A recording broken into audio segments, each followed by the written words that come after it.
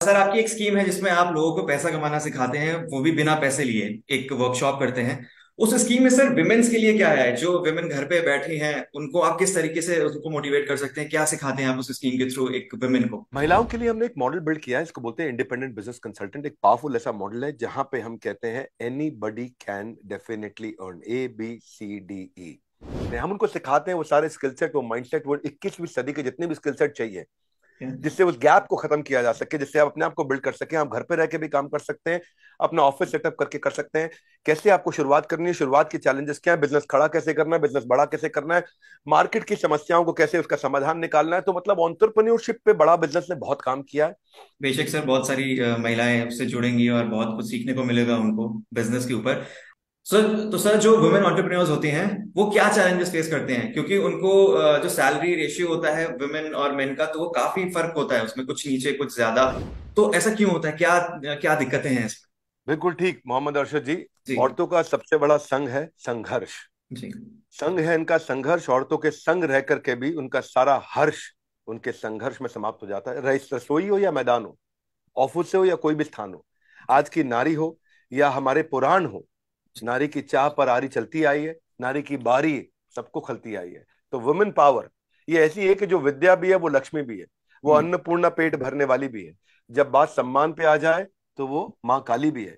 तो आपका जो सवाल था उस पर आता हूँ कि वुमेन एंटरप्रेन्योर क्या चैलेंज फेस कर रहे हैं और जो डिस्पैरिटी है अर्निंग में। एंटरप्रेन्योरशिप एक चैलेंज है और महिला के लिए ये और बड़ा चैलेंज है, क्योंकि हमारे देश में हर 100 एंटरप्रेन्योर में महिलाएं केवल 7 ही हैं।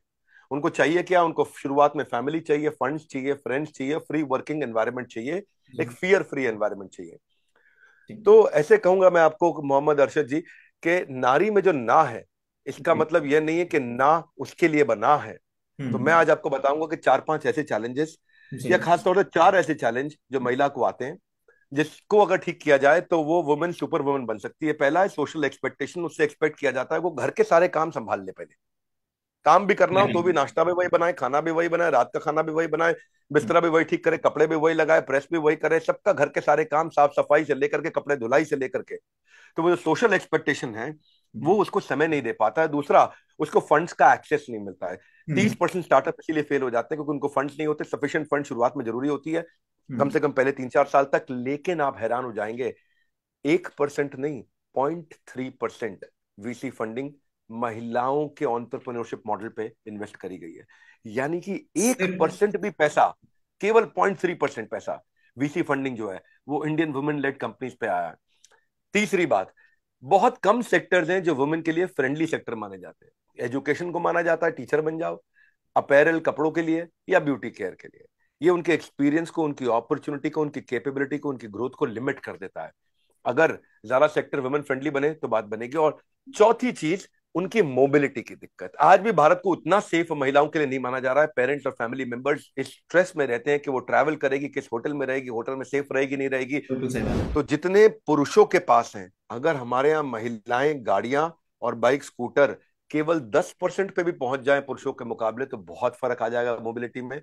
अगर उनकी मोबिलिटी लिमिट हो जाती है, वो ट्रैवल नहीं कर पाती हैं, वो बाहर नहीं जा पाती हैं, तो उनकी ग्रोथ को ये बहुत रुकावट देता है। कमाल की बात है, जिस देश में हर साल बोर्ड के एग्जाम्स में महिलाएं आगे रहती हैं, लड़कियां आगे रहती हैं, वहीं एक मानसिकता की वजह से पे में पिछड़ जाती है। जिस पे की बात आप कर रहे थे, स्त्री कभी हारती नहीं है, उसे हराया जाता है। समाज क्या जी। कहेगा ये कह के उसे डराया जाता है।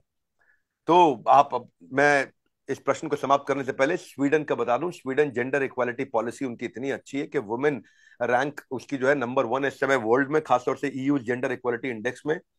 31% पब्लिक ट्रेडेड कंपनीज वहां पे महिलाएं चला रही हैं।